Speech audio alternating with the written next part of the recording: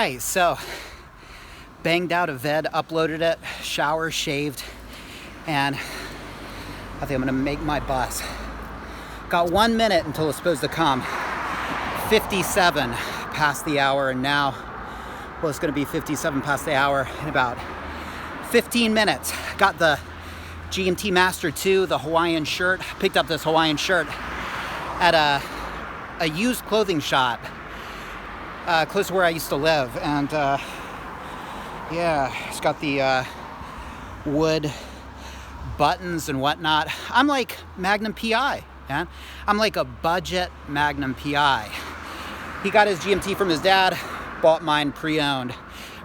Magnum probably gets his shirts new, buy mine pre-owned. He goes by Ferrari, I go by Highway Bus. All right, so we're gonna do some watch shopping today, and we're gonna take this bus from Maibadu. It takes about 45 minutes or so, right to the center of Fukuoka. I'm right in front of Tenjin Post Office, the main post office here. Tenjin is like the main shopping area here in Fukuoka. And then this is sort of the main drag behind me of Fukuoka. And so we're gonna make our way sort of that way and hit the first few watch shops. In fact, you know what? Parco is right over there, and Quark is in Parco. So we're gonna check out Quark and see what kind of watches they have. All right, guys, that building where the Lawson is used to be where the RSC here in Fukuoka was. All right, guys, no sign indeed. No sign indeed. So, looks like the RSC has moved. We must investigate. According to Google and the Rolex website, Mitsukoshi, which is a department store, seems to be the only one.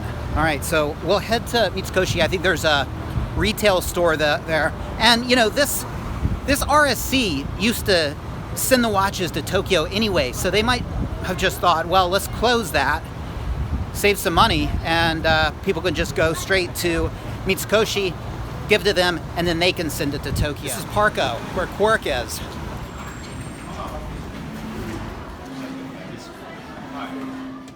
A pretty good looking Longines chronograph. That's a timing bezel versus a tachymeter. I think the timing bezel is a lot more useful. And that looks like a Longines military watch. A couple of Pateks on the left. That looks like a 3537.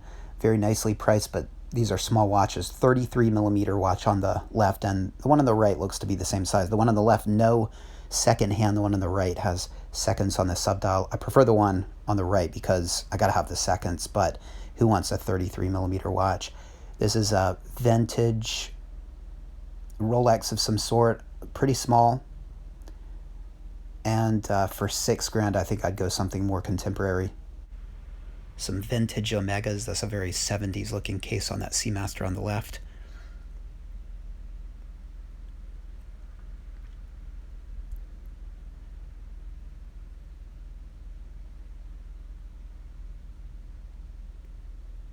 Kind of interesting, looks like a granite, I don't know what that is, dial on the left, and a chronograph that looks like kind of a nice looking Panda-esque chronograph, and that right there is a GMT function watch.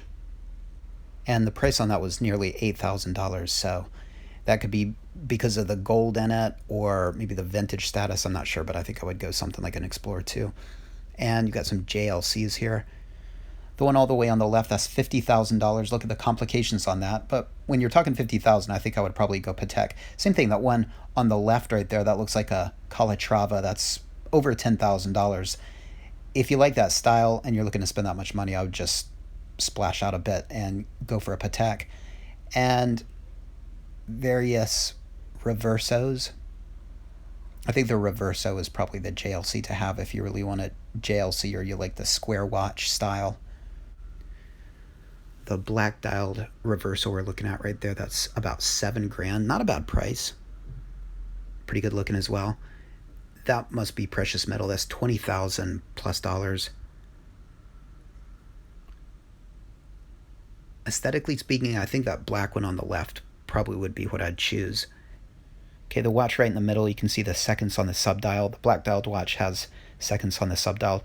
The one on the left there, you can see no seconds, so couldn't do it. Got to be able to look down and make sure my watch is ticking, so like the seconds. If you like a skeletonized watch, that could be kind of cool, but it looks like kind of hell to read the time on that, kind of hard. It's odd. And some various Breitlings. If you're a Breitling fan, feel free to pause the video, check them out. I don't know a lot about Breitlings.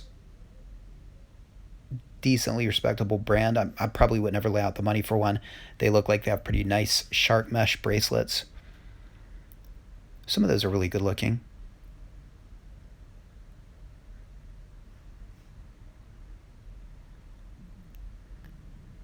All right, making our way to the Rolexes, but first some APs. No clue on the price, but that blue tag means somebody's thinking about it, so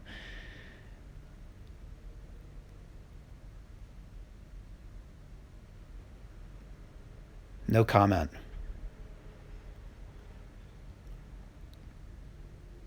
So yeah, some Breguets. What is that? A type 20, type 21, something like that.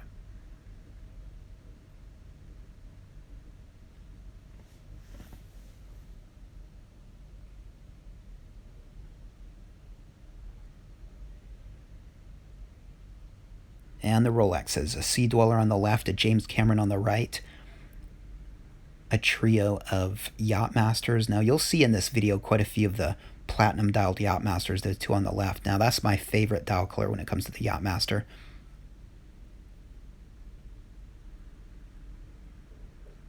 On the right, a non-GV black dialed Milgauss, a couple of Explorer 2s. Those are Swiss only dials, so from 98, 99, or 2000. Some Explorers. The two on the right are 39mm. On the left, that's a 36mm Explorer.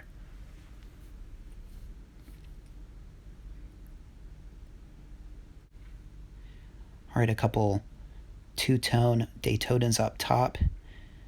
I fought with that glare. I think the glare won. Right there, that's an all-steel Daytona, 30+ thousand USD. You know, when that style of Daytona was the only one to have, I never really liked it. I never liked the all-steel bezel.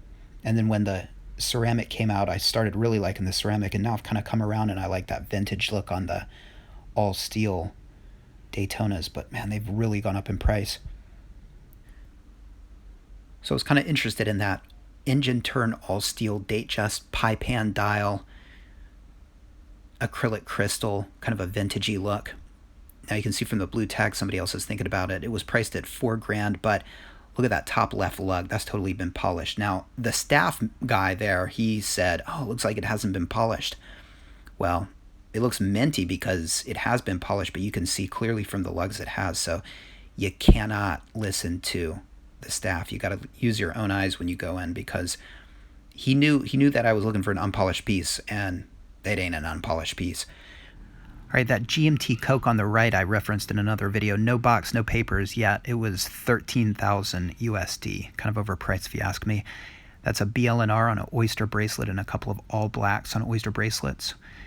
Somebody's thinking about that one on the left. You see a lot of Hulks around, and Hulks are priced like you can't get them anymore, but you know, they're still selling them. If I was looking to pay that much money, I'd be going Kermit for sure. They're not making the Kermit anymore. Some more solid investment. And some bluesies. The two on the right are ceramic. The one on the left is pre-ceramic. I'd go for the one on the left. And some Submariners. No date on the left, and a couple of date Submariners on the right. Kids in the background. Lunchtime. Crying time. Lunchtime. When you don't like the food, it's crying time. All right. All sorted. All right, so this is a Kermit. You can tell this is a last generation Kermit because of the engraved rehaul. There were something like 8 variations on the Kermit, and the earlier ones are more collectible, including the Fat 4. And this is something you don't see every day, a Rolex Prince with those seconds on the subdial. Now, I don't know if it's true, but I've heard that doctors were in mind when they made this watch for timing pulses and heartbeats. You know, that subdial made it a little easier, apparently. Another shot of the Explorers. The two 39mm Explorers on the right both have Mark II dials. And the Swiss-only dialed Explorer 2s. Now, if you look at the 6, you can see it says Swiss and Swiss only. Now, again, those are from 98, 99, or 2000. Before then, they had tritium dials, and then after then, the Swiss-made dials. So the question is, because they made these for only 3 years, will they be collectible? All right, guys, well, that was Parco, but that wasn't Quark.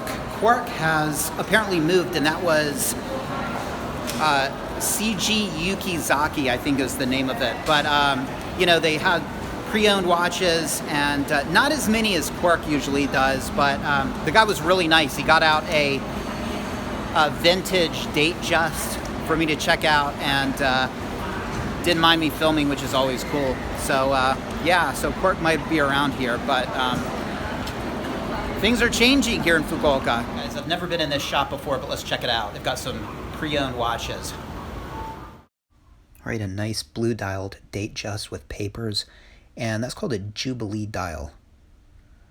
This is a two-tone date just. A darker blue, don't like that blue as much. And more of a classic two-tone champagne dialed date just. And a two-tone turnograph, aka Thunderbird white dial. Interesting red accents. Box and papers. That's a 39mm Explorer. Box and papers. It's a Mark II dial. And that's a 42mm Explorer 2.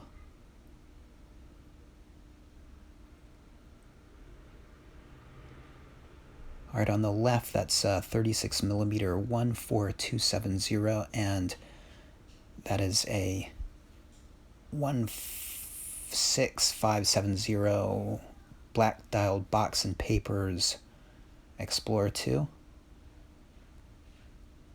If that's unpolished, then that would be one of my picks for this shop. Pretty decent price on it. Another shot of the Swiss-only dialed Explorer. Again, this is a 36mm watch, which I think I prefer that to the 39mm.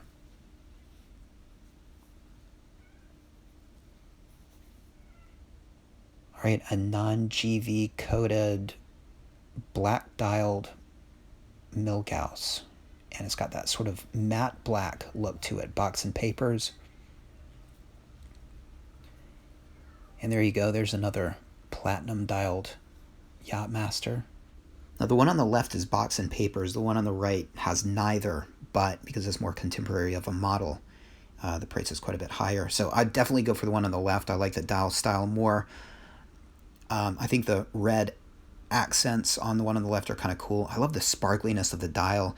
The one on the right, beautiful watch, more contemporary. Not sure how I feel about the blue accents, but the lack of a box and papers plus the higher price would definitely lead me to the one on the left.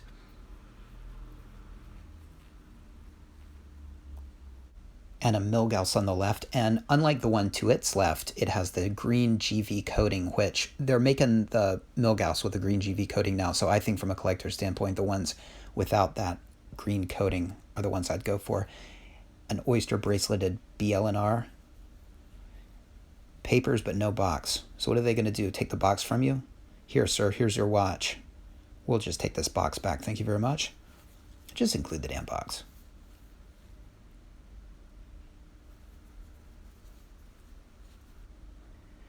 And a two-tone Yachtmaster box and papers. Much more of a feminine look than the all-steel ones on the left. Or a blingy look, or a fancy look. All depends on the perspective, I guess. All right, and that's a ceramic sub. You can tell because of the shininess of the bezel and those fat lugs.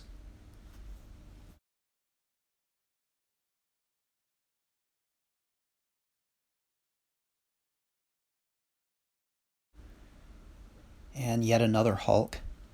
I feel like the Hulk is riding the coattails of the collectability of the Kermit, and that's kind of why it makes me sick. It's like, they still make it. Just go for the Kermit. If you're looking for a collectible watch, the Kermit's the way to go, not the Hulk.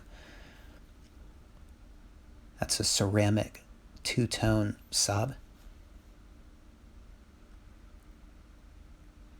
And an all-black ceramic GMT. Look at the price on that. Now, that's really come down. Granted, I don't know if this has box and papers, but they were selling for like 16 plus thousand when they first were discontinued. All right, now another pick right there. Box and papers. This is an M Serial 14060. Again, if this is an unpolished piece, definitely one I would think about getting.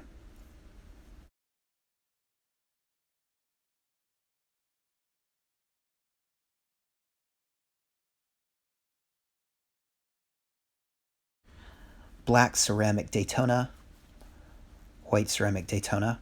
Both beautiful. I think I prefer the white dial. Probably is a little bit more legible. Hey, I'd go for either. If I walked into an AD and the black one was sitting there, it'd be okay. And that's a all steel bezel Daytona. You know, the Daytona is interesting because it's one of the only Rolexes that I actually prefer the modern version. You know, it comes to the GMT, the sub, pretty much any other Rolex. I prefer the pre-ceramics, the more vintage models, but the Daytona, I think newer is better. I think the newer aesthetic is better looking, and of course the internals are great.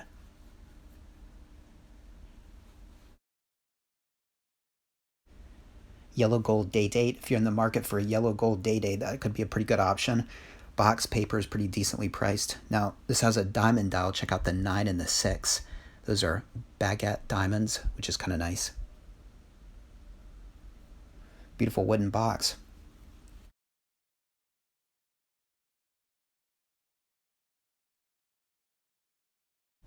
It's a very understated Day-Date right there. Looks like a date just from here. Nobody would ever know that's a precious metal watch, but that's probably the point.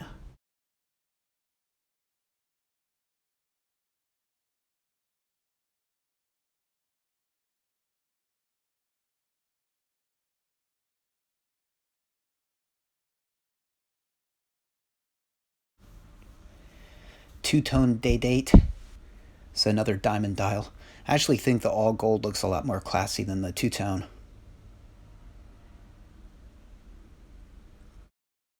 And a couple of date justs on the right there. That's a pretty modern looking two-tone with a diamond dial. You could get that in an AD easily. All right, some Omegas. Let me explain the prices. So if there are two prices, the one in red is without tax, the one in black is with tax. If there are three prices, the one up top in black is what the watch sold for retail. So it's really interesting because you can get an idea of how soft Omega is. Take the one on the right, for instance. Okay, so it sold retail for like 5,000. Now you can get it for thousands less. And a lot of customers would look at that and say, hey, what a great deal. I'm going to pick it up. But I look at it and I think, wow, that's soft. Look at what it sold for. Look what it's selling for now. Does that bode well for the future? And I don't think it does. Take, for instance, this James Bond 007 piece. It says right there, a collector's piece. Yet, when it came out, it was selling for $1,300 more. You can actually get it cheaper now. So, is that a collector's item? I don't think so. Good looking watches, very usable, but the idea of the watch just tanking in value turns me off. But hey, it would be very, very usable. You wouldn't have to worry about knocking it or dinging it. Who cares? Of course, it depends on the Omega. There's some collectible Omegas out there, I know. But you can see, I mean, look at the cheapness of these chronographs. I mean, that's a cut rate chronograph.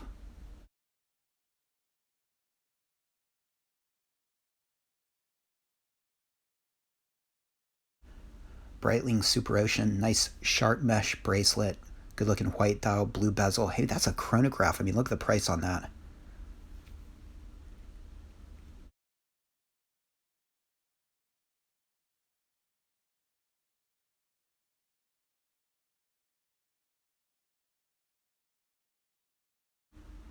And these are my picks from this store. Let me know what yours are. This 16570 box papers Explorer 2 black dial. This Box and Papers platinum dialed Yachtmaster.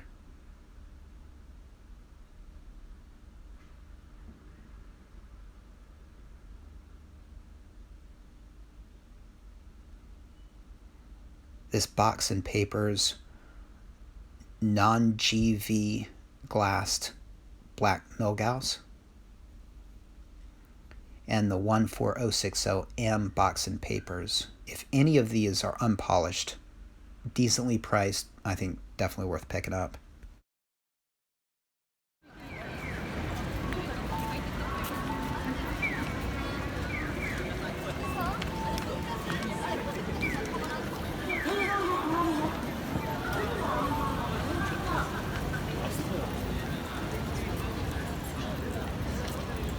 I've got to get some grub.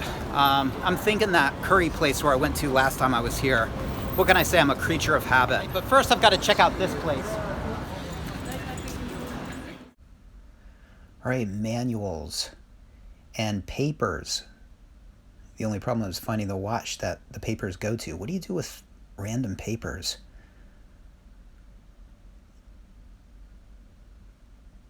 You could always pick up the papers and search out the watch, although good luck.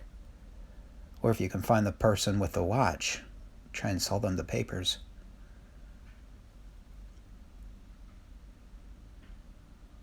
Some boxes. And I picked up a couple of things from here. You guys have seen footage from this. This is the suede pouch. I think you can get these for about 1,000 yen in Tokyo, whereas the plastic ones in Tokyo, I think you can get them for about 500 yen. All right, that's a thick-lugged Submariner, ceramic, of course. And what did I say?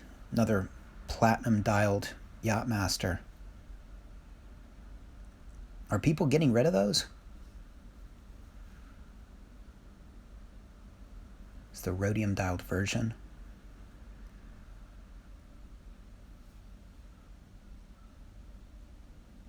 And a ceramic bluesy.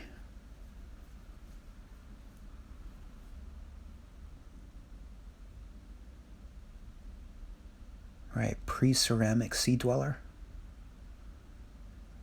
Box papers. I remember those used to be, I don't know, in the 6s. Now they're close to 10,000. I knew they'd go up, and they're going to go up more probably. 4-line date sub pre-ceramic. All right, and a Kermit. Is this earlier version? Nope. You can see the rehot. 8 different versions, and this is the last. That's not the one to have. Of course, the Fat 4 is the one to have, but good luck with that. And a white dial Daytona, black dial Daytona.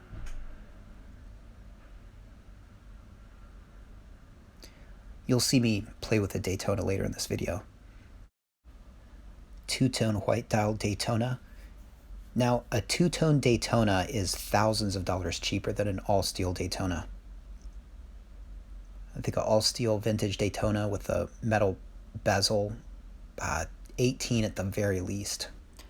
Modern ceramic GMT root beer. That's one two-tone that you can't find at an AD. I always preferred the vintage ones, though. 39mm Oyster Perpetual, blue dial. I think the green dots of the indices kind of ruins it. I think that's probably one of the reasons people tend to prefer the white dialed version.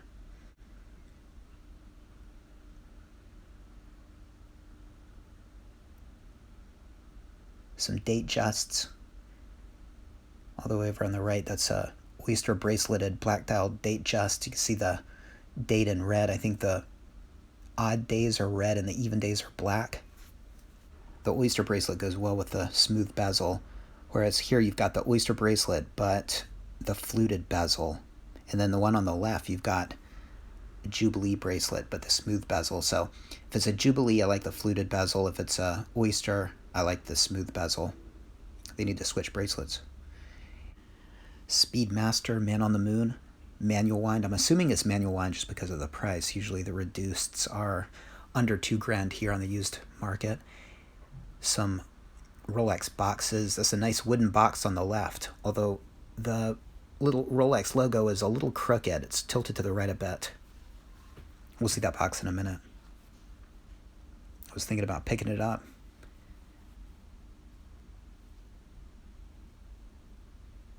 And another Omega James Bond watch. This is a Spectre edition, and it's got the poor man's GMT on the bezel and huge box. Got the black and gray NATO and a loop and just a bunch of nonsense. All right, and this is what I picked up. A couple of passport holders. 3 passport holders.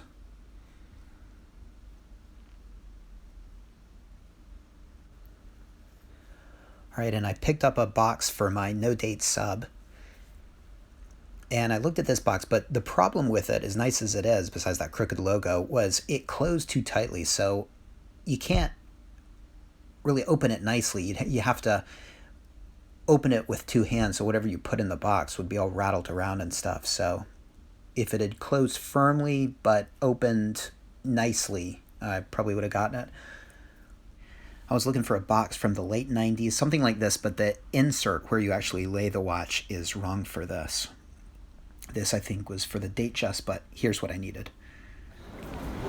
More Rolex paraphernalia, just what I need. And a box for my T-Serial no-date sub. All right, so... All right, guys, let's get some tea. Half for the tea and half for the plastic bag that I want to put my stuff in because it's kind of raining out there. I like this tea the most. Rich green tea. Check out the bottom. Look at that.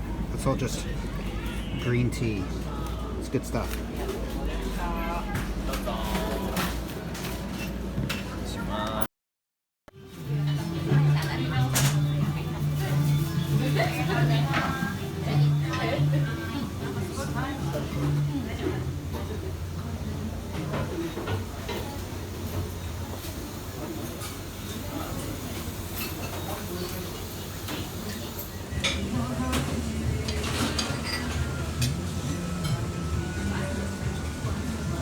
Always nice to have that curry. It's a pretty amazing restaurant.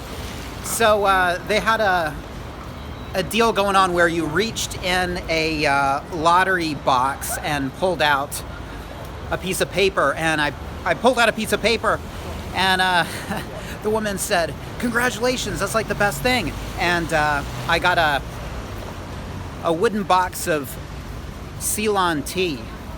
So hey, it's always nice to get an omiyage for free.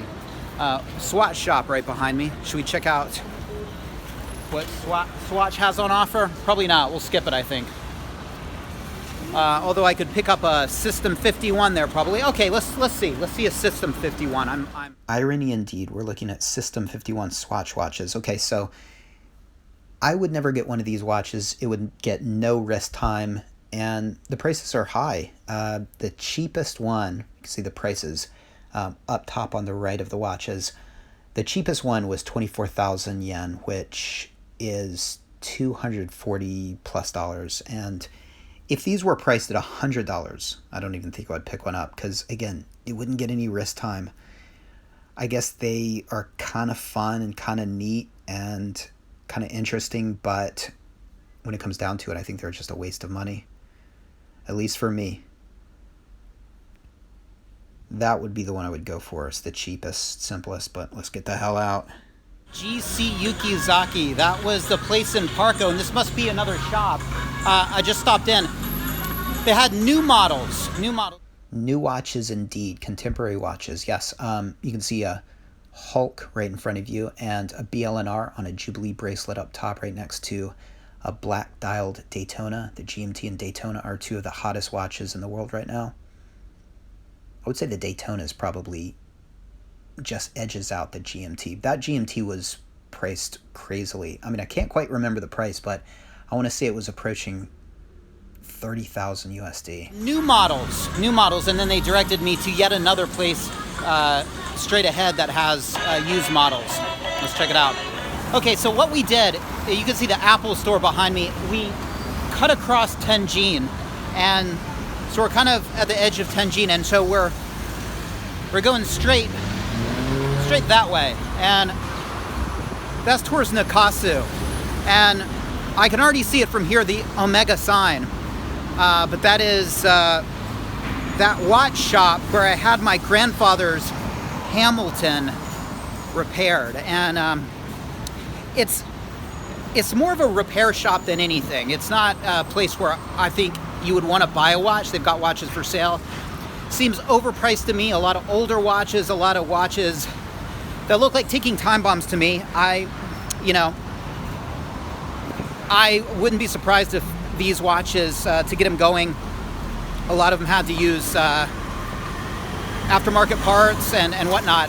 Just like my grandfather's watch. I mean, the guy made a second hand for it, and I think he can make parts. So I think he can get a dead watch going. I think he's very good in that sense, but not the kind of place I think where I would want to buy a watch. And like I said, I mean, you're not going to find Steel Sports contemporary watches there. You're not even really going to find, mid 2000s pieces.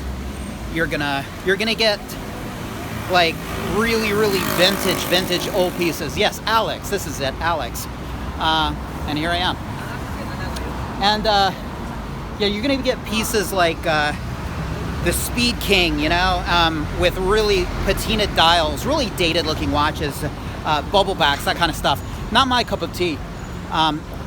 Let's see what they have. They're kind of finicky about me filming, but we'll see. All right, I don't get a lot of footage of women's watches, but this is the smallest watch and certainly the smallest Rolex I've ever seen. It was about the size of a marble.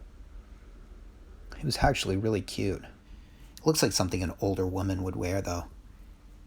All right, and this was the best thing in the shop. This is a vintage Air King, and they used to have a vintage Explorer right here, and it actually looks like the same watch. So I looked at it and I thought, you guys changed the hands of the watch, but I realized it was a different watch.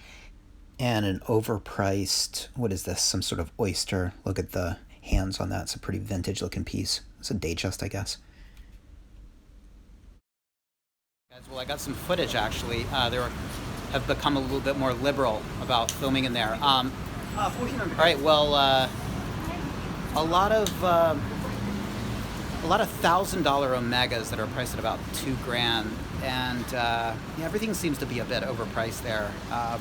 But they always have one or two really good pieces, and this time around it was an Air King, a vintage Air King, and they used to have a very vintage Explorer, but they must have sold it. I never thought it was for sale, but it's gone, and she said it was sold, and I guess everything's for sale if you got the cash. So that Explorer's gone, and the Air King is there, and the oyster quartz that we saw ages ago is still there, but somebody's thinking about getting it apparently, and that's a two-tone oyster quartz, and I think they've got at least $1,000 more than it's worth on the price there. But anyway, there you go. Yeah, interesting shop. Yeah, I think that's more of a place where you want to have your watch serviced. I mean, I would have my no date sub service there because the guy would definitely be cool about keeping the hands original and giving me back my parts. And the guy did a great job on my grandfather's watch. And so yeah, this is definitely a place where you want to have your watch serviced. But as far as buying their watches, not the kind of watches I'm into, old bubble back type things, smaller things, but yeah. All right, and behind